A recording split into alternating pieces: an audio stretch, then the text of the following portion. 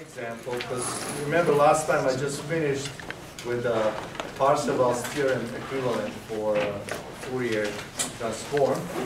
I want to define the bandwidth of the signal, bandwidth of an aperiodic signal. So this is the same as example 720 in your textbook. It says there's a signal x of t that is given as e to the minus at times u of t. And it says first find the energy of this signal.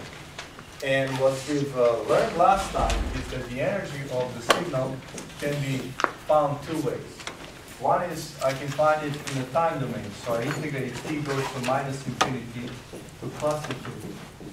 Magnitude of x of t squared dt. That's the way how we define energy of the signal, and that's how we can find it in the time domain. What we showed last time is that the energy of the signal can be found in the frequency domain when you integrate f goes from minus infinity to plus infinity, magnitude of x of f squared df.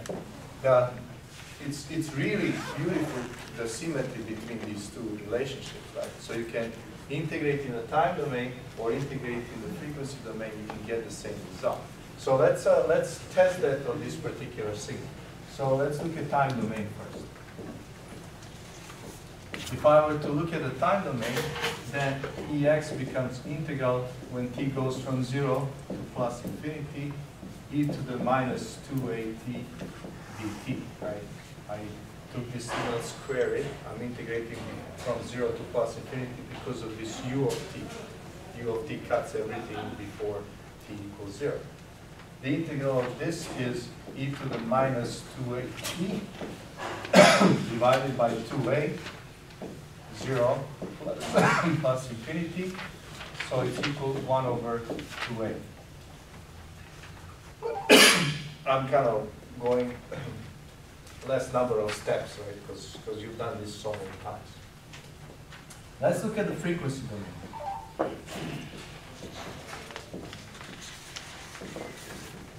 Now, to do that, I first need to know Fourier transform of x of t. So Fourier transform of x of t is the Fourier transform of e to the minus at u of t. And we know that this guy is 1 over a plus j 2 pi f. So that's the Fourier transform of this exponential. So if I were to look at for energy in the frequency domain, I can say energy of this signal is equal to integral when f goes from minus infinity to plus infinity, magnitude of this squared. Magnitude squared of this is 1 over a squared plus 2 pi f quantity squared df. So if I evaluate this integral, I should get the same value for the energy I got here. Now, magnitude of the frequency response is an even function, so magnitude squared is even function as well. So this is equal to 2 times integral when f goes from 0 to plus infinity. I'm going to pull out a squared outside. So this becomes 1 over 1 plus 2 pi f over a quantity squared. You see what I did? I put a squared outside, and then I have to divide the second one with a squared. Then I'm going to say d of 2 pi f over a, and then I have to multiply a over 2 pi, right? I put 2 pi and a underneath here, and then a over 2 pi to cancel them. So you can see this 2 and 2 cancels, a and a cancels, so this becomes, what is left? It's 1 over a pi, and then integral of dx over 1 plus x squared, where x is obviously 2 pi f over a, right? Now, when f is in minus, f is at 0, where is x? 0 as well. X goes from 0 when f goes to plus infinity, where is x? Again? Plus infinity as well. So it's 0 to plus infinity.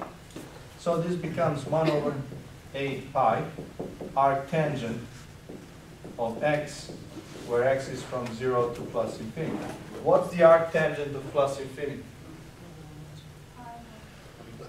So pi over 2, so this is 1 over a pi over 2 minus 0. So this is 1 over 2a. So as we said, it's going to give us the same result. So this gives us a beautiful tool, right? We can calculate directly in a time domain, or we can calculate the frequency domain. The reason why we like this frequency domain view is because it allows us to define something that we call bandwidth of the signal. Let's take a look at Fourier transform of the signal. Let's say this is f, and this is x of f magnitude squared. Let's say this is how it looks. This gives us the Fourier transform or magnitude square of a given signal. Then what is the energy? Energy is actually area under the curve, right? Because how do I calculate the energy? As the area under the curve of the magnitude square.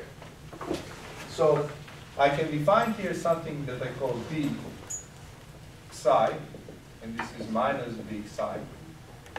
And if I look at this, this is the portion of the signal energy that is in between these two boundary frequencies, right? If big psi goes to infinity, then I'm capturing the entire energy.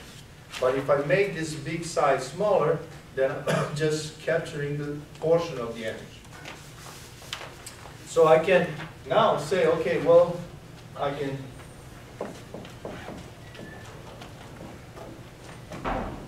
call this psi a threshold, and I can say, well, how large is the 90% bandwidth? What would be 90% bandwidth?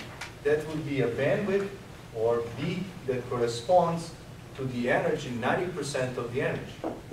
Just like in the case of the Fourier series, remember we always looked at for n, after which the contribution of the sinusoidal harmonics was negligible. Here we can actually do the same thing. We can put some bandwidth and say, hey, if I let this much of the signal go through, I'm going to let 90% of its energy go through, and the rest of it I can eliminate.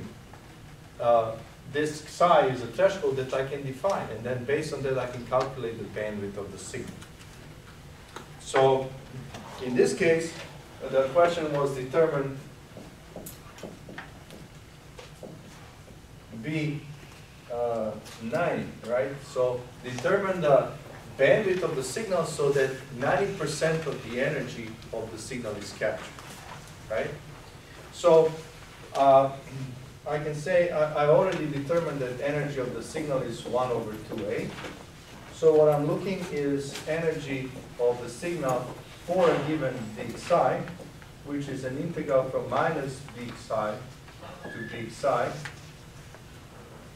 of 1 over a squared plus 2 pi f quantity squared df. And I want that to be equal to so that's the energy that is captured within this bandwidth here. This I can easily calculate. Let me just take one step further. I'm going to do the same operations that I did here.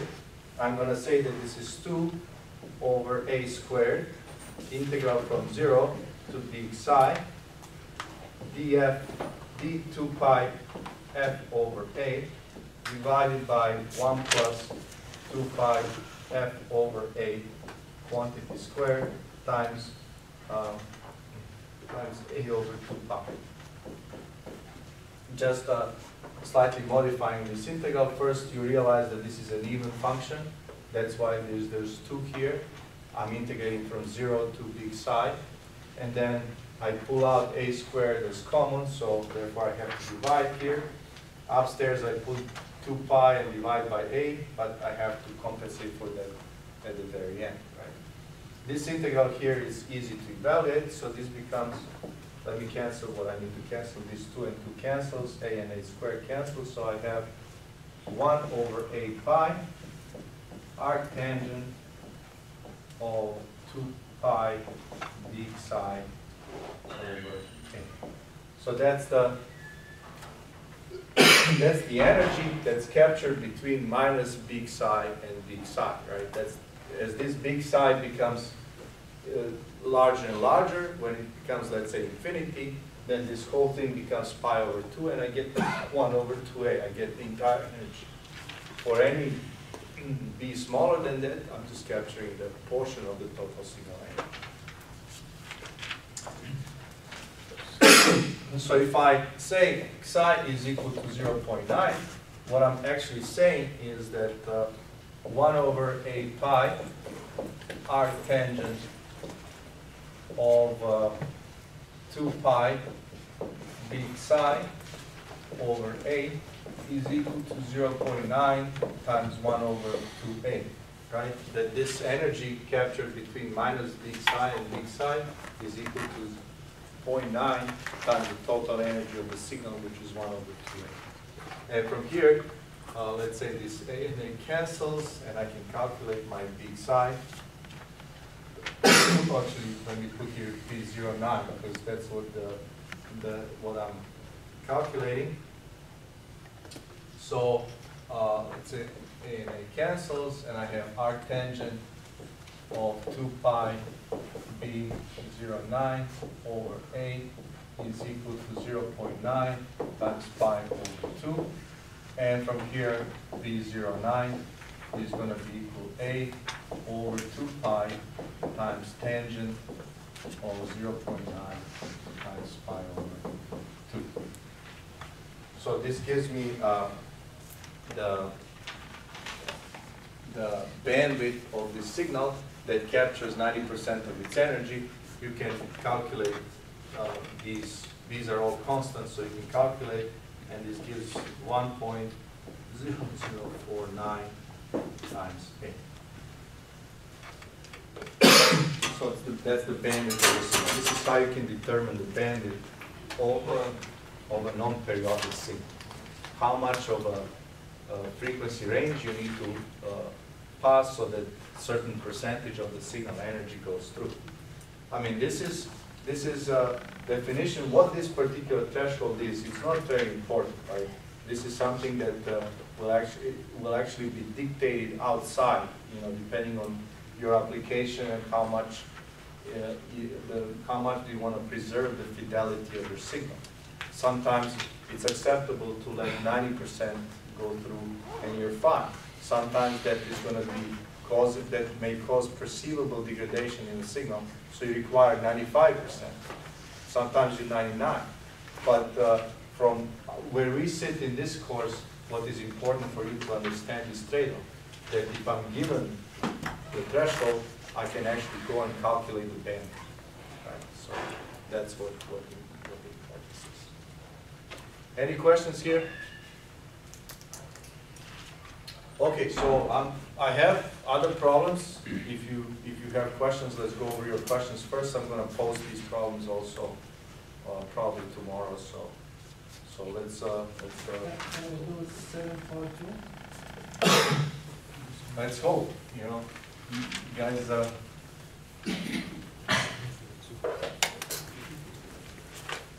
742.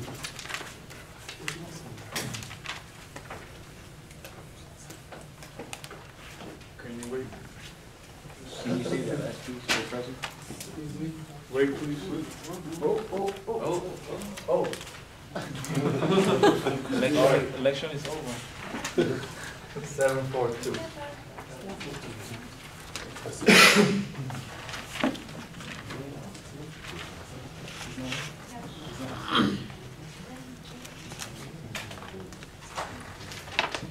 Did I even talk about this in the class? No. This is one of the problems at the very end, right? I can Let's not do it because this is not going to be for the test. I didn't talk about this. You know, I plan on talking, but we didn't get to that. We didn't get to that point. Which one? Which one is the? 11. 7? 3, 3, 8, 11. 3, 8, 11. That's way before. Can I have the book? 3, 8, 11. Do you know which one is that? About the power? Yeah. It's going to be discrete. Discrete. That's, I guess, the chapter 3, time domain analysis of discrete time systems, Fourier series, and Fourier transform. So those are going to be three areas. 3, 6, and 7. 3, 6, and 7. Feel free to skip the problem if we don't need it. Okay. What would you say again? Which one? 3, 8, 11. 3, 8, 11.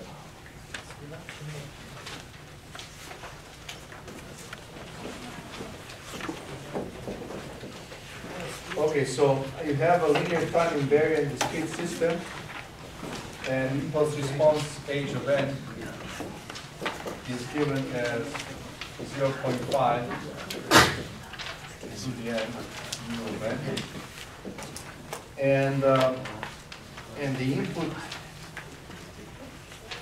part A x of n is equal to 2 to the n times u of n. And the question is, find out the output, right? So what is the issue here? The output is x of n convolved with age of n, right? So you have to do this convolution. This is sum. N goes from minus infinity to plus infinity, x of n, age of n minus n. Right? So you will substitute that. In this case, this becomes sum when n goes from minus infinity to plus infinity, 0.5 to the n, u of n, times x, times 2 to the n minus n times u of n minus n. Direct substitution into the convolution integral. Now, u of n will kill everything where n is negative, right? So, even though this summation appears to be from minus infinity to plus infinity, you're actually summing n goes from 0 to n. 0.5 to m times 2 to the n times 2 to the minus n. Right? And then 2 to the n does not depend on m, so it can go outside of this summation. So y of n is equal to 2 to the n, and then sum when m goes from 0 to n, and then 5, 0. So this is 1/2 as well, right? So this is 1/4 to the n, right? And this is equal to 2 to the n.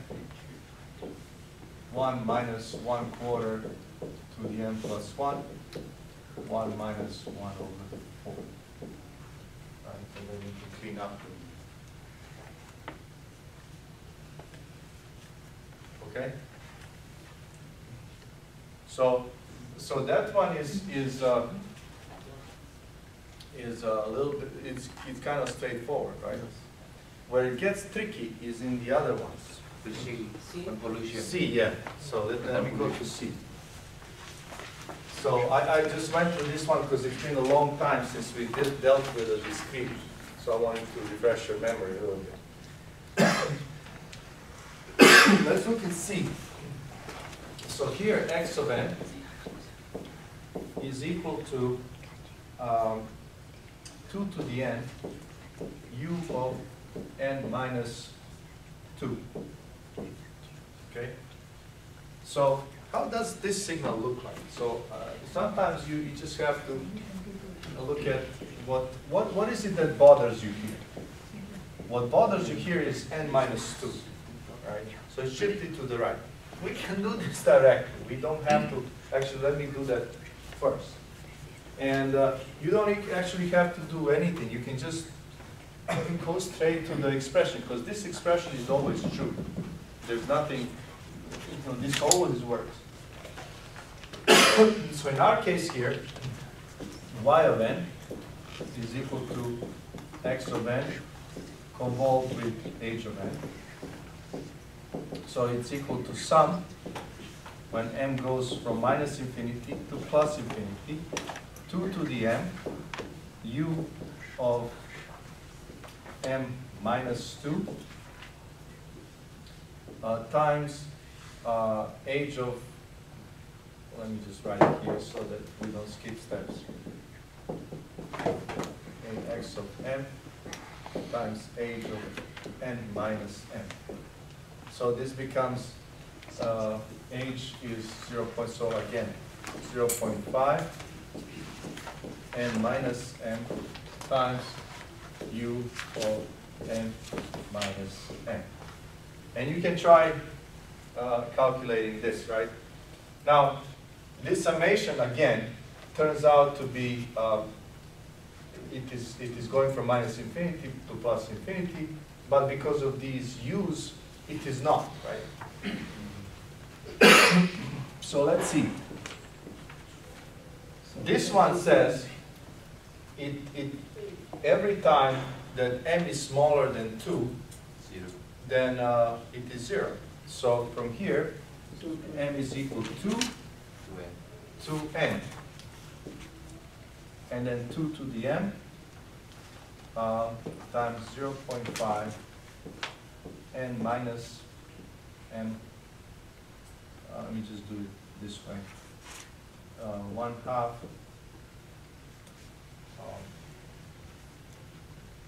Actually, I'll just leave it.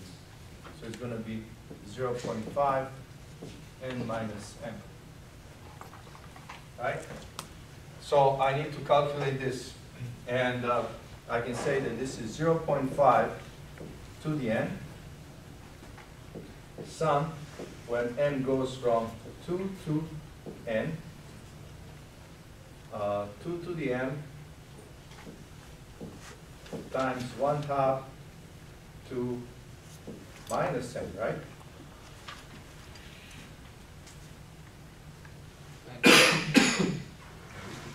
Is that right? Right. So y of n becomes 1/2 to the n, and then sum when m goes from 2 to n, essentially 2 to 2m, right? Or 4 to the power of n. So now, I can say, okay, when n is equal to 0, y of n is equal to 0, n is equal to 1, y of n is equal to 0, and then n greater or equal than 2, right? So that's when this sum starts kicking in, because this doesn't have n equals before. So y of n becomes 1 over 2n, and then here I can say, how do I sum this? Let me just do this. So this becomes 4 squared plus 4/3 plus and so on, plus 4 to the n. So I can put 4 squared outside over 2 to the n, and then I have 1 plus 4 plus 4 to the n minus 2, right? And this becomes easy to, this is 4 squared, 1 plus 4 n minus 1 over 1 minus, so 1 minus 4 divided by 2 to the n. This is for n.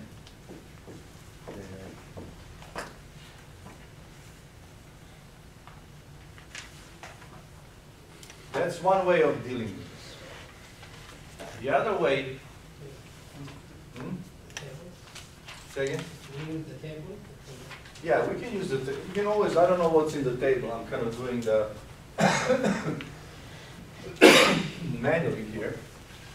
The other way is to define a signal, to look at what does this u of x of n look like.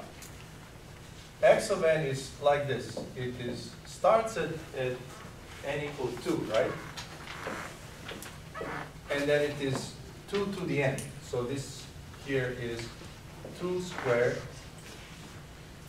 2/3, and so on, right? 2, 4, and so on. So I can define a signal, x, this is x of n. I can define a signal that starts at 0. And it's the same as this one. It's just that, you know, this is 2 squared, 2/3, 2/4, right? And so on, right? This is the same signal. This is x prime of n is equal to x of n plus 2, right? I shifted this guy 2 units before. Well, this one is equal to 2 squared, and then you can say sum 2 squared times 2 to the n for n equal times u of n, right? That's what this signal, x prime of n. It's 2, or I can say 2 to the n plus 2 times u of n, right? That's the signal u prime. What is the u x prime? It is the same as x of n, just shifted to the left, right? And then really you can say your y of n is equal to, let me call y prime of n is going to be x prime of n convolved with h of n, right? So this is very easy. You can find it in a table. You can say that this is actually 4 times 2 to the n u of n convolved with what is h of n? H of n is the same thing, right? No, it's 1/2. So it's convolved with 0.5 to the n times u of n. And this is available in a table, right? And then you can say, okay, after you determine that, you can say y of n is going to be y prime of n minus 2. Then you shift it back, right? Because this is now, I shift my signal before, and then once I get the result, I know that all I need to do is push this to the right by 2 units. That's another way of doing it. And it's important for you to know both ways. This one is kind of, you know it, right? This is just whether you're skillful enough to go through the formulas, right, and do all the summations. But this business here is required for you to be able to use the table, right? Because the table does not give you the entries when they're shifted around. It gives you for 0 shift.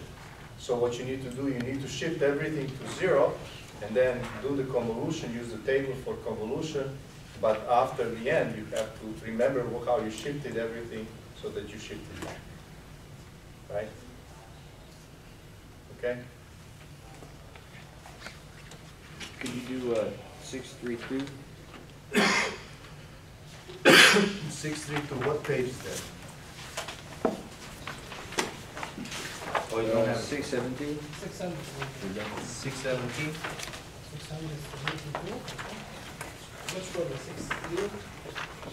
What problem? Yeah, The 632? 672. He's got my book. The one with the 632. 632. Okay. Take a look at that one. Let's see.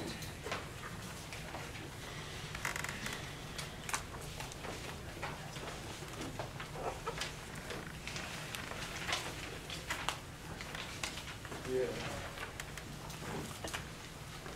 Yeah.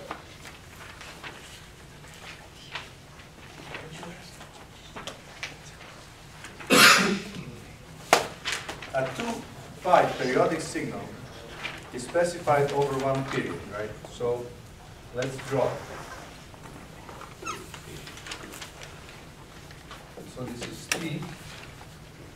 It starts from 0 and it goes to 2, and its period is 2 pi. So it will repeat after this 2 pi. From 0 to a, it is equal 1 over a times t. So let's say that this is a, and it reaches a here. Okay, so this is in this region. Then from a to pi, it is equal to 1,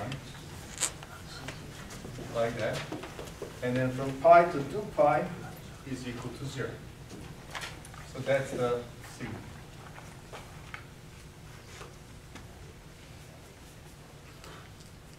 And then it repeats, right? It goes again here, and then here it's 0 and so on. That's one period. Sketch x of t over 2 periods from 0 to 4 pi. Right, so imagine, repeating this to 4 pi. Okay, show that the exponential Fourier series coefficients for this series are given by this. Okay, so this is just essentially saying determine the Fourier series coefficients, right? And the author gives you the values. So dn is equal to 2 pi minus a over 4 pi for n equals 0, and 1 over 2 pi n e to the minus j a n minus 1 over a n for units, right? And I don't see a difficulty in this problem except that there may be an integral, right? That gets, conceptually it's very easy, right? dn is equal to 1 over t 0, integral over t 0, x of t e to the minus j 2 pi f t dt, right? F0 t dt. Okay? Sorry, n f0.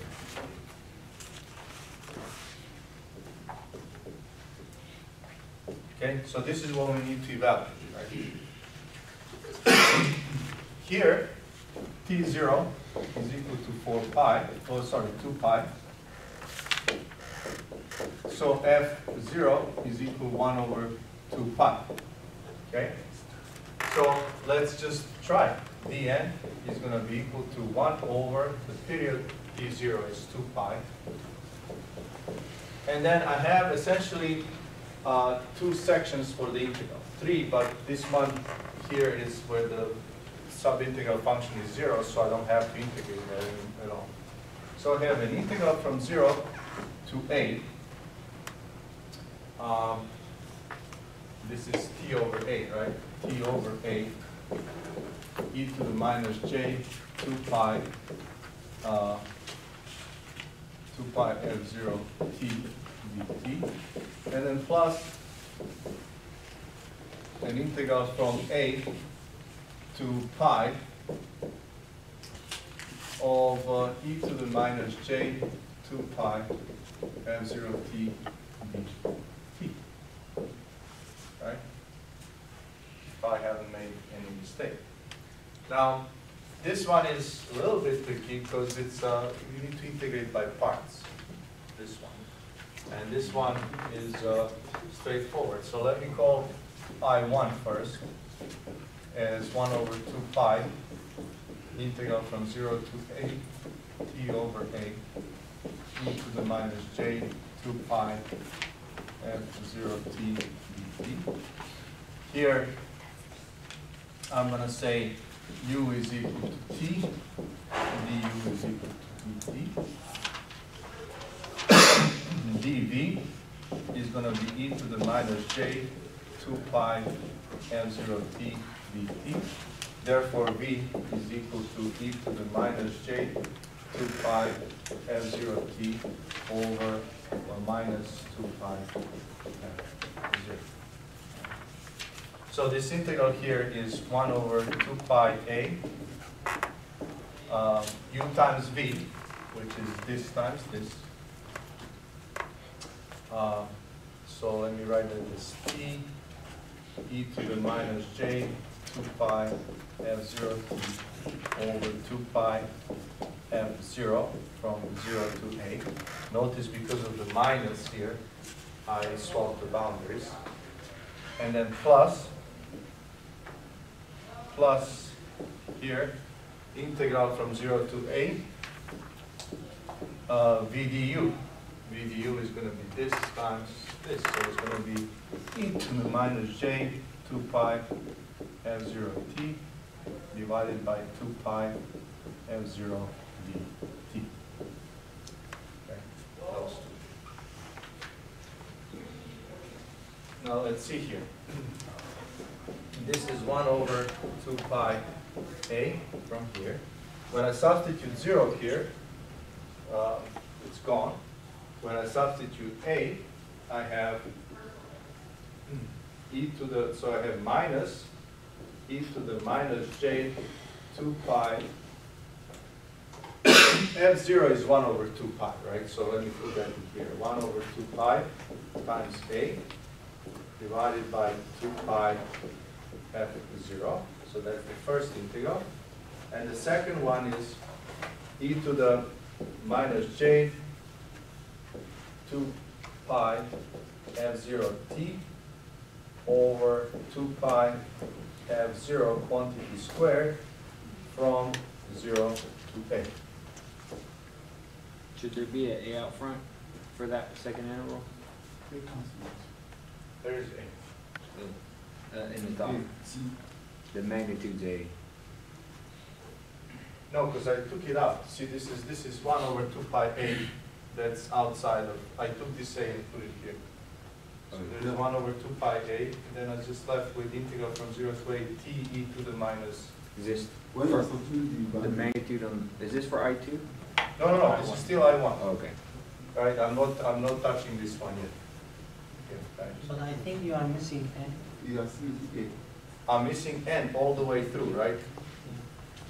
It's absolutely true. So there should be n here, t, and t, and then here, n t. Does it change anything here? N? And here, right? Did I put it everywhere? No. You should have it in the denominator too. Should have it here, should have it here, should have it here. Right? And here. Right? And here. Did I put it everywhere? Yeah. No? sorry, excuse me, Here. Go ahead. sir. When you saw this boundary A at T, there's going to be Ah, okay. I see what you're saying. Here. That's the one that you're talking No, I'm actually talking about integral 2 should have an a in front of the ej for the magnitude on the left of your plot.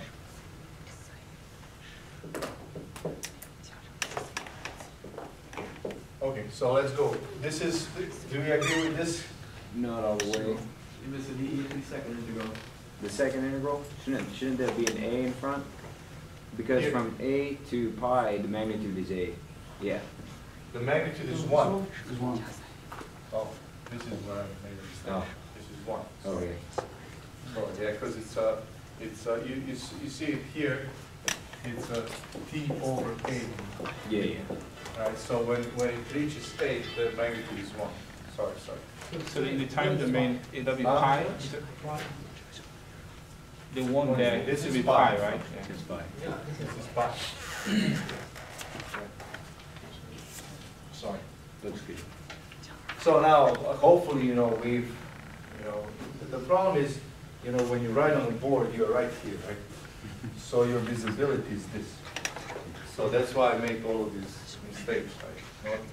I should be accustomed by now, but I guess I'm not. Like us, it's just. Yeah, exactly. Right, so So let's just continue. So let's see if we can finish this I1. I1. So 1 over 2 pi a. I'm okay with that. There's nothing I can do here either, right? So this becomes minus a e to the minus j n a over 2 pi n f0. F0 is 1 over 2 pi, so just n. And then plus, when I substitute 0 here, this is 1 over n squared. And then minus, when I substitute a, I get e to the minus j n a over just n squared, right? So that's the first integral. The second integral, I2, is this guy here. So this is 1 over 2 pi f0 n e to the minus j 2 pi f0 n from 0 to a. Right? So this is 1 over 2 pi f0 n. So I can just write 1 over n. 1 minus e to the minus j 2 pi. There's no 2 pi, just n. Right? So that's the second integral. So I need to sum these two. Okay? So what is this? Okay, so why do I have 8 here? Because of this. Right? So let's see. If I try to sum this, let's see the first one here. I thought the 1 over 2 pi is. Yeah, it seems like 1 over 2 pi is here extra, right? Yeah. And, or it's missing. It's missing in the I2. I2, right? So there's 2 pi Square. 2 pi squared here, right? So 2 pi, there you go. So let's see here. I have a term, so I1 plus I2 is going to be equal. Let's say first term here, a and a cancels. So I have minus e to the minus j and a over 2 pi n, right? That's that one. Plus 1 over 2 pi a So we n can squared. plot these two. 1 minus e to the power minus j n a divided by n square. We can do that so that we can subtract I2 from that multiplied by n square. Well, let's do one step at a time. Let's just, I'm doing exactly what you said. Just I don't want to make more mistakes. J and a over 2 pi a n squared. Right. So far, so good, right? And then I have plus 1 over 2 pi n and minus e to the minus j n a over 2 pi n. I'm bummed that these two don't cancel, right? I kind of was expecting that they will. Should they? So let's see. Seems like they should cancel, right? No, where is J somewhere? Because if you look at these two guys, they give me what I need, right? Don't they? 1 over 2 pi n, a n. This minus this, right? So there's some. The second integral is from a to pi, Uh-huh. not from a to 0. Oh, so this is pi here. Yeah. No, this is okay. But this is from Yeah. a is from a to A to pi. pi. So pi. Okay, there you go. So this is not 1. So what is that? When I substitute pi, it is e to the minus. So this is e to the minus j n pi. minus e to the minus j n And and a. Okay. So what that changes is this one here, right? This is minus 1 to the power of n. But that doesn't help you either, right? Where's the J? Yeah, where are the j's? We had some J's in the bottom and we didn't. Oh my God, I messed up all of it, right? so it's a, but you got it, yeah. So let it be, just don't give an exam. Huh? Don't give an exam. If it's come to the exam. This one, Don't but give an this, example. as I said, I mean, this is not a likely candidate. It's not, there's nothing difficult about this. It's just that, you know, But we it just, takes too much time. So I try to avoid these problems. It's not, but you're right. What is wrong here is J is missing here, right? In all of these, so that complicates it further. But there's nothing really special about this. Let's just move to the next one. could you do 6.3 That's what we now? 6.312. 674 page. 6312.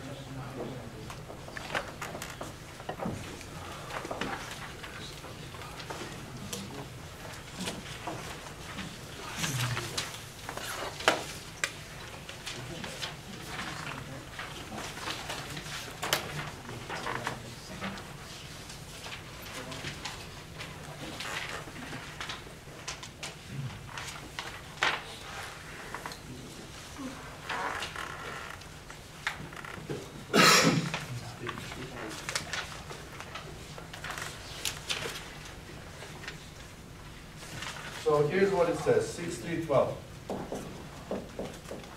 It says signal x of t in 614. Okay, so x of t in 614 is approximated with first 2n plus 1 terms. 2n plus 1 terms. So from minus n to plus n. In its exponential Fourier series, given an exercise E65, determine the value n in this 2n plus 1 term so that the captured power is 99.75%. So this is a good problem. Let's go just look at 614. Figure 614. 619.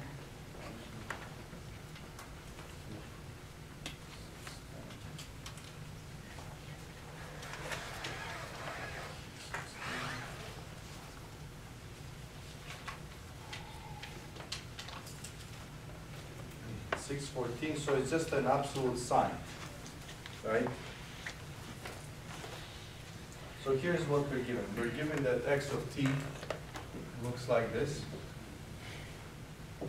T. So this is x of t, and this is equal to rectified sign. And in the problem itself, we get that x of t is equal to 2 over pi, sum, n goes from minus infinity, plus infinity, 1 over 1 minus 4 n squared, e to the j 2n t. And this is pi, 2 pi, minus pi, and so on. And the question is, how large should the n be so that we capture 99.7 of its power? Now, here's what we know. The power of the signal x is sum when n goes from minus infinity to plus infinity to dn magnitude squared. This is what we know. This is Parseval's theory, right? It tells us that signal is power of the signal consists of sum of all of these individual powers of its individual Fourier series components. So the way how we do that, first you determine the power of the signal, right? And you determine that by looking at the time domain, right? So what is the power of the signal? The power of the signal, it's a periodic signal, it's going to be 1 over t0, integral over t0, x squared of t dt, right? So we're going to determine that. So this becomes, what is the period of this signal? 1 over pi, integral from 0 to pi, sine squared t dt. And what is the value of this? 1/2, right? So the power of this is 1/2 of this signal. Now, that power is distributed against amongst all of these Fourier series components. So let's set n equal 0. Just try different n's. So out of when n is equal to 0, how many components we keep? Just one component, right? So your xn of t becomes 2 over pi,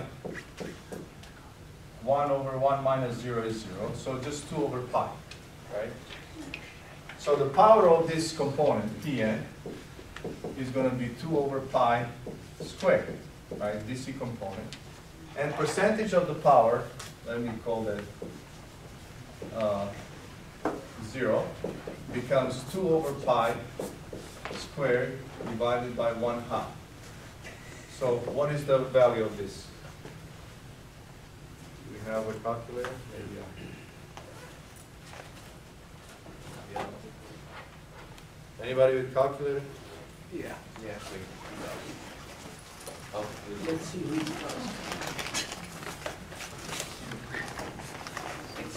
So let's do multiple calculations. 4 pi squared. 2 divided by pi. What did you get?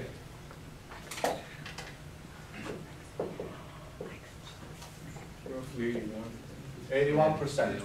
So 81% of the power of this signal is in its DC component. Now let's take a look. Let's include the first harmonic, n equal 1. That xn of t, in this case, becomes 2 over pi plus, for n equal minus 1, this becomes 1 over 1 minus, let me actually do it this way. Oh, I'll actually use it. So it's 1 minus 4 e to the minus j 2t plus 1 over 1 minus 4 e to the plus j 2t, right? So this is n equals 0. This thing here is for n equal minus 1, and this thing here is for n equal 1. Of course, there's 2 over pi, you know, here. And here. Understand? We have this is the component for n equals 0. This is the first harmonic. So I have the n equal minus 1 and n equal 1, right? So the power here, Pn, becomes the power of this guy, so it's 2 over pi squared. And then plus, these two have the same power, right? So we're going to say 2 times 2 over pi over 3 squared. Okay, that's the total power in this case. And when you calculate this, this becomes square 2 over pi plus square 2 times. It's 2 over pi, not Oh, 2 over pi. Thank you. So it's 2 over 3 pi, right? 2 over pi over 2. Okay. So this is 0.4503. So sigma 1 is going to be 0.403 divided by 0.5. So it's 0.9. So 90% is in the first two harmonics, right? And then you say, okay, what happens when n is equal to 2? And then you get Pn is going to be 2 over pi squared plus 2 times 2 over pi over 3 squared plus 2 times 2 over pi. When I substitute 2 here, it's 1 minus 4 times 4. So it's 15, right? 1 minus 4 times 4 is 16, so it's 1 over 15 squared, right? Then you can calculate how big is this, then you divide, and every time you add another term, you're going to get more power. And at some point, you're going to determine how large the n needs to be to capture the 90, whatever is the threshold. Go ahead. The first part, you didn't add the DC component. Here it is. The second, no, the P1. Here. Yeah, you didn't add any calculation. This is DC? You didn't add it when you sum, you get above 0.45. No, you cannot get about 0.45. 0.5. You cannot get about 0.5. I added. If I calculated this correctly, this is 0.45. Try it again. Try it again.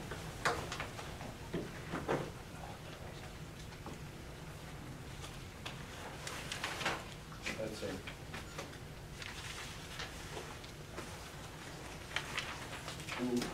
Two over pi, and then plus 2 times square of 2 over pi divided by 3, right? So,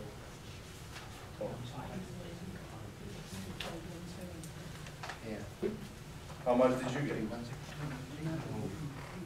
0.4953. You're right. 4953.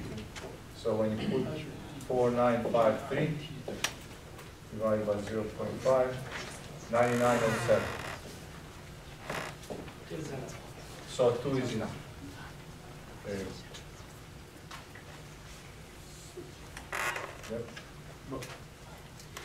So two harmonics capture the 99% of the energy.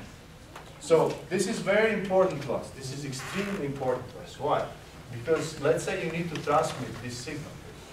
What this question is always the question to ask is how large is the bandwidth of this signal? If you look at the Fourier series expansion here, what is the conclusion of the bandwidth? It's infinite because this goes from minus infinity to plus infinity. But if you look at practically, the first two harmonics, actually just first harmonic, is required to capture 99% of the energy.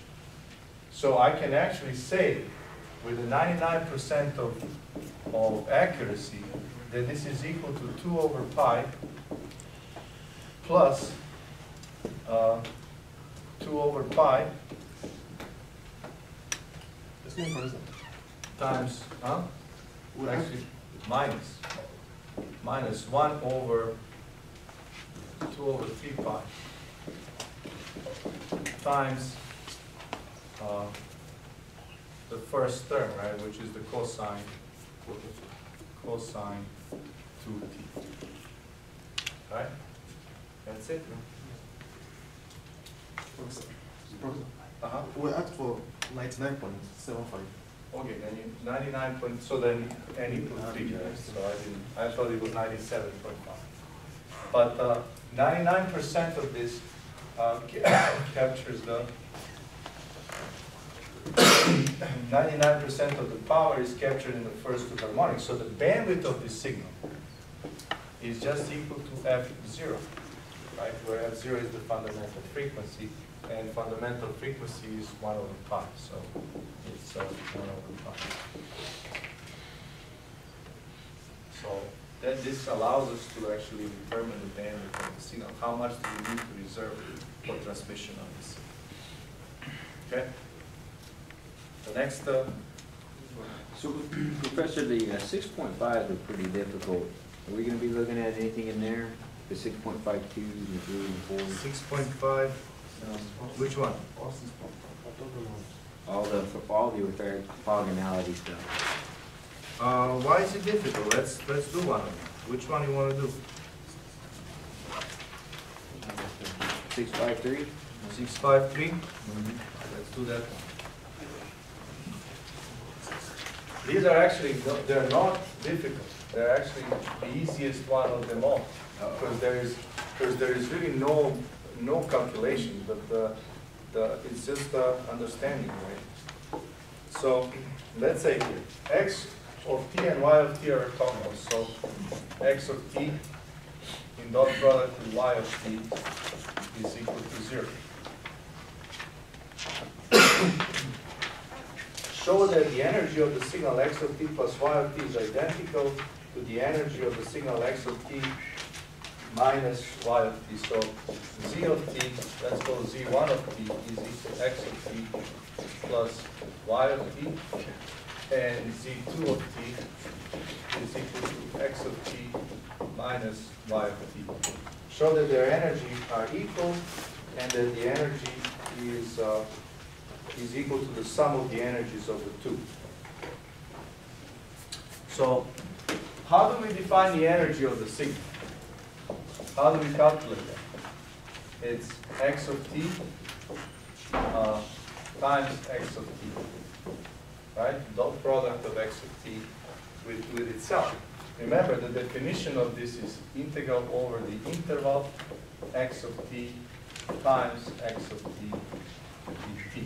In a complex world, we would put the complex conjugate there, but since in this course we deal mostly with real signals, this is just this. Right. So that's the definition. So let's look at the energy of the first. Let's look at the energy of the second. So energy of Z1 is the dot product Z1 of t with itself. So this becomes an integral over the interval I, x of t plus y of t, x of t plus y of t, dt. And this splits into four integrals. Integral over I, x squared of t dt, plus actually 2 times integral over I, x of t times y of t, and dt, and plus integral over I, y squared of t dt. Now, what is this integral? This is energy of x. Right, so this is energy of x. What is this integral? 0. Why is it 0? On account of orthogonality, these two. And then plus energy of y. Let's take a look at Ez2. And this is Z2 of t in dot product with Z2 of t.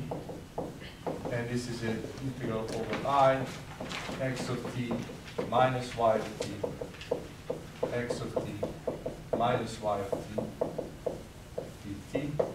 And you can see that this is integral over I, x squared of t, dt, minus 2 times integral over I, x of t times y of t, dt, and plus integral over I, y squared of t, dt.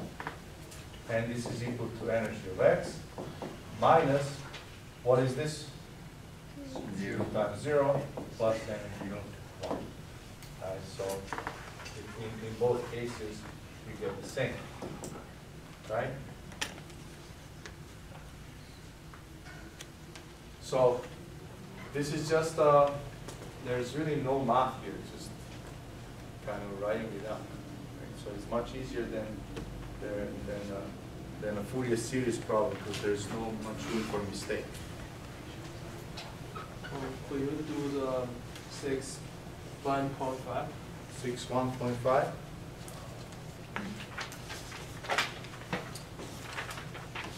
Okay.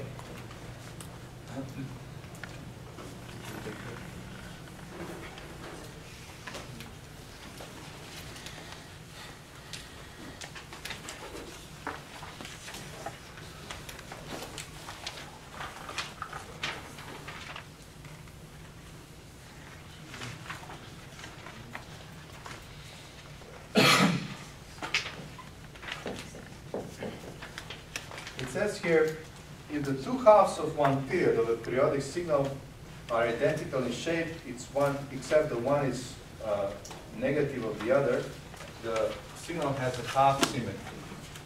So this is what we're talking about. Let's say this is 0, this is the period, this is half of the period. Signal looks somewhat like this here, and then, you know, mirror image downstairs. This is half a symmetry. Analytically, we're saying that x of t minus t0 over 2 is equal to minus x of t for t between 0 and b0, right? So we have this symmetry where if I look at this point as a central point, then if I'm these two are symmetric about that point. In this case, show that all the even number harmonics vanish and that the odd number harmonics are given by this. Okay? So let's let me just say even vanish and then odd are given as an is equal to 4 over t0, integral 0 t0 over 2, x of t cosine and omega 0 t dt, and dn is given 4 over t0, integral 0 t0 over 2, x of t sine and omega 0 t.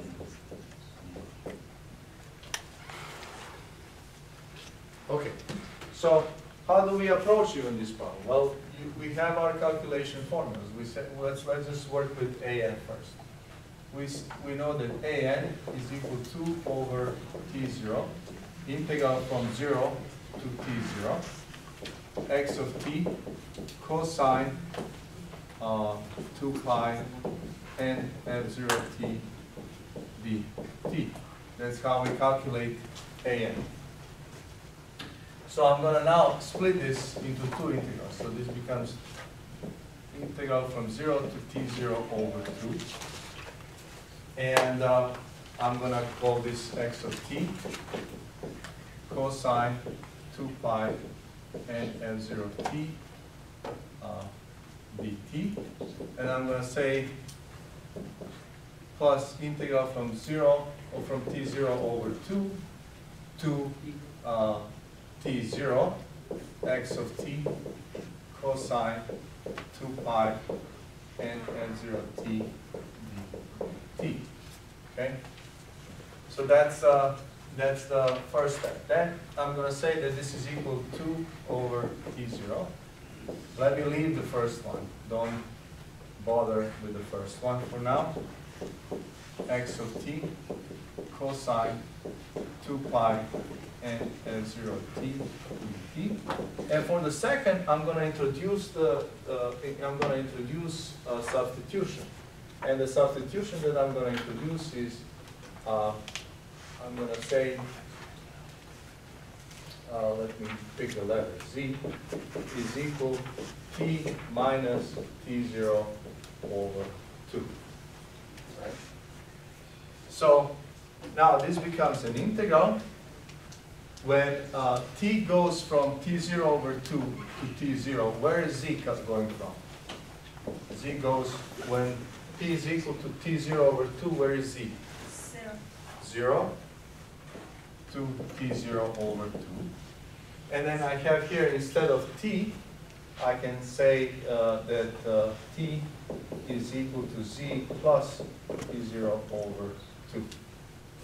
So this becomes x of z plus t0 over 2 times cosine 2 pi n f0 times z plus t0 over 2 times dz.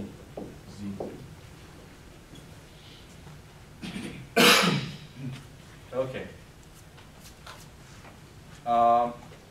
Let me work on this one here. So if I add t0 to both of them, I get x of t plus t0 over 2 is equal to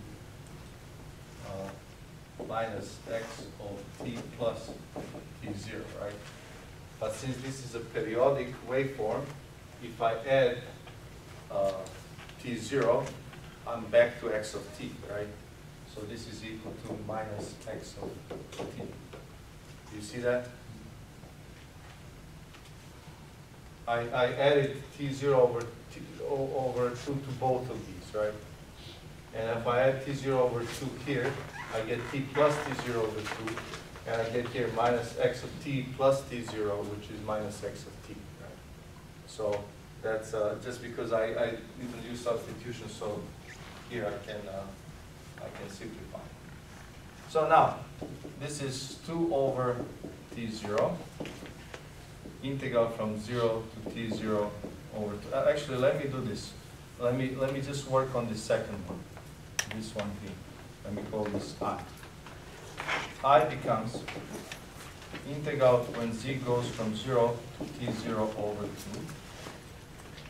And this is just minus x of z. Because if I add, look at this, instead of t, if I put z, then x of z plus t0 over 2 is minus x of z. And then I can decompose this one here. So this becomes cosine 2 pi n f0 z times cosine of 2 pi n f0 t0 over 2 minus sine 2 pi n f0 z times sine of 2 pi n f0 t0 over 2. And then here dz. That's the second integral, right? What did I do? Nothing special. This becomes minus x of z, right? And then here I have cosine of the sum. So cosine first, cosine second, minus sine first, sine second. Let's work on this one first. Zeros. Sine 2 pi n f0 t0. f0 t0 is what? We get cancelled. This is 1. So this is sine 2 and 2 cancel. Sine n pi. Sine n pi is what? 0. So this whole thing goes away. And this simplified as integral z goes from 0 to t0 over 2 x of z. I'm going to put minus here. Now let's look at this one. This is cosine n pi.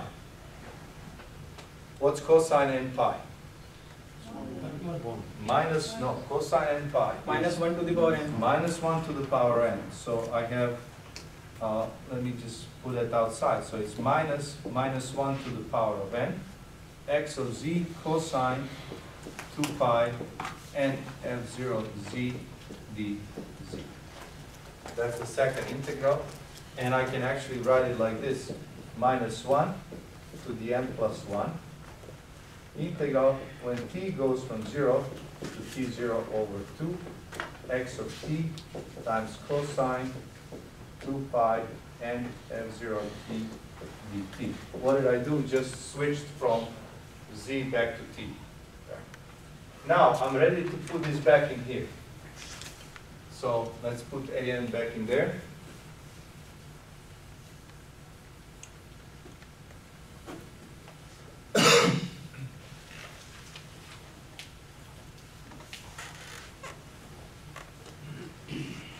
So you end up with something like this. An is equal, from here I have 2 over t0,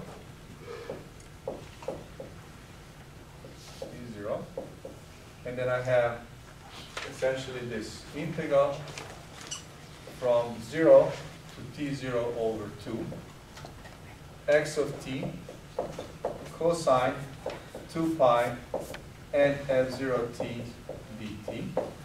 And then I have from the first one just 1, and from the second one I have plus minus 1 to the n. Right? That's it. see where is this coming? When this comes inside, you see that this is the same as this. So I put this whole integral as a common outside. And then from the first I have 1, from the second I have minus 1 to the n plus 1. N plus 1. Okay. So I have two cases, n even.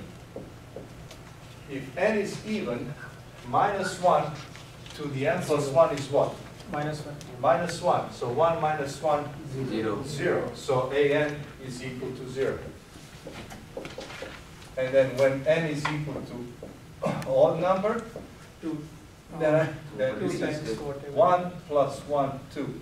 So this an ends up being 4 over t0, integral from 0 to t0 over 2, x of t cosine 2 pi n f0 t. And this is exactly, I think, what we have here, right? So that's this. And you would approach the same way the second one, right? The key thing here is to decompose it into two integrals. One of them you don't touch, the second one you massage until you get to this form. Okay? All right, so that would be it. I'll try to post some of these additional problems and tomorrow. And I wish you good luck. Get ready. And as I said, it's going to be, I try to avoid generally problems that are long to calculate, but you have to know this stuff. It's going to be closed loop, closed notes, bring the formula sheet.